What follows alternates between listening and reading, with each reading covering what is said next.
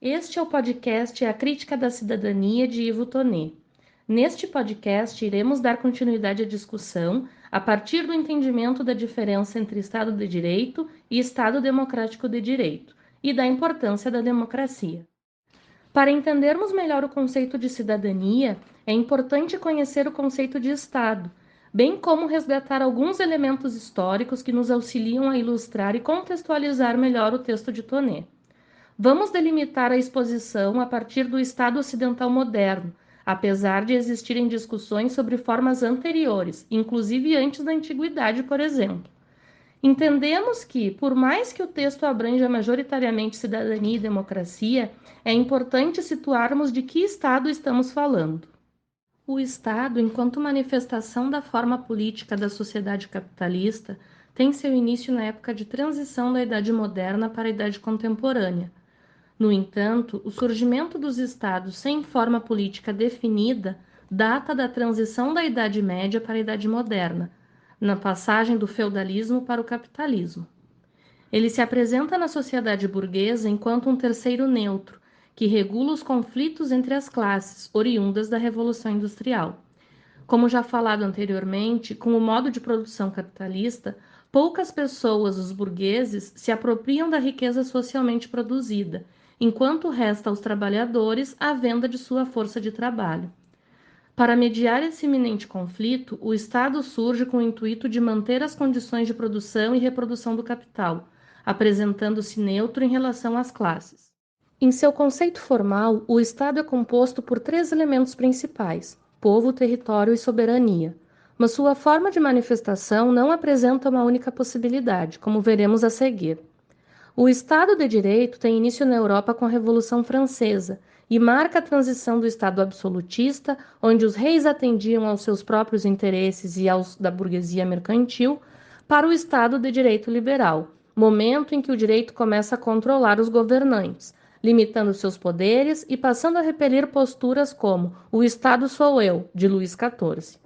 Apesar de as leis passarem a incluir os governantes e o próprio Estado, a vontade popular ainda não era necessariamente respeitada, pois apenas um grupo seleto de pessoas podia, por exemplo, votar, em geral homens com posses. Assim, a primeira formação do Estado foi marcada pelo liberalismo, contando com poucas possibilidades de intervenção.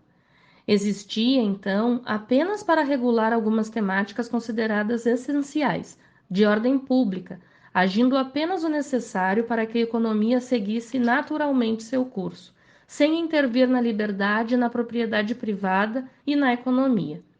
Este momento marca a primeira dimensão dos direitos fundamentais, chamados de direitos civis e políticos, de cunho individual, pautados no valor da liberdade entre os homens. Todos, então, passam a ter os mesmos direitos em relação ao Estado. Mais tarde, no século XX, as desigualdades revelaram que os interesses individuais e a mão invisível do mercado não regularam a economia da forma desejada. O Estado é convocado, então, a regular outros processos da sociedade, passando a ter um papel baseado em prestações positivas para uma coletividade. Estado Democrático de Direito é a denominação para caracterizar seu novo papel. É neste momento que temos a segunda dimensão dos direitos, os sociais, onde o Estado é chamado para maior regulamentação das relações jurídicas.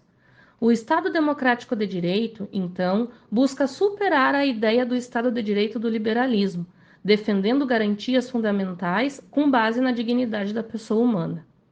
É importante destacar que os direitos fundamentais não são estanques, não podem ser apreendidos de forma linear e cronológica, pois a história, a realidade social, está sempre em movimento. Podemos destacar como um exemplo a ditadura militar no Brasil. Neste período, apesar de termos um Estado baseado em regras, um Estado de direito, não contávamos com um Estado democrático de direito. Decretos-lei criados durante governos militares que não necessitam de aprovação do Congresso Nacional são exemplos de um Estado de direito, pautado por leis criadas e cumpridas pelo próprio Estado. Em um governo ditatorial, as pessoas não deixam de ser cidadãs, e o Estado segue sendo de direito, só não democrático, uma vez que as relações sociais continuam sendo reguladas pelo direito. No entanto, sabemos que houve inúmeras violações ao Estado de Direito, pois o que estava posto na lei não era respeitado. Houve tortura, censura, prisão arbitrária, ausência de contraditório e ampla defesa, etc. Ou seja, houve período de Estado de Direito e de violação ao próprio Estado de Direito. Portanto, conforme Mascaro, não há um conjunto institucional padrão para a forma política estatal. Não podemos associar estruturalmente o capitalismo a um Estado democrático de direito.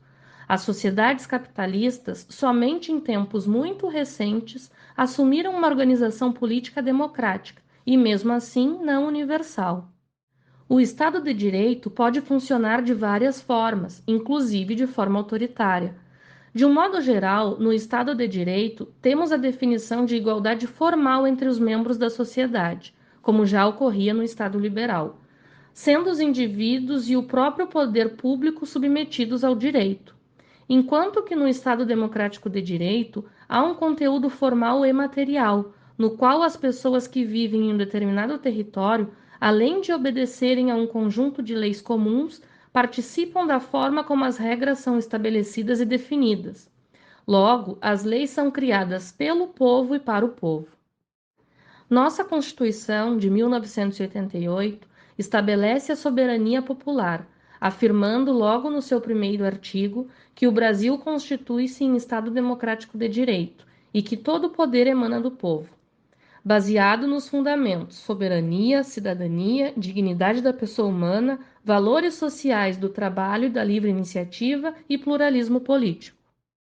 A separação dos poderes, por exemplo, é uma estratégia para possibilitar a forma democrática de um Estado, pois são poderes autônomos e harmônicos entre si, e os cidadãos têm a possibilidade de eleger os representantes, eleitos de forma direta ou indireta, dos poderes executivo e legislativo, não possuindo interferência na escolha apenas do poder judiciário.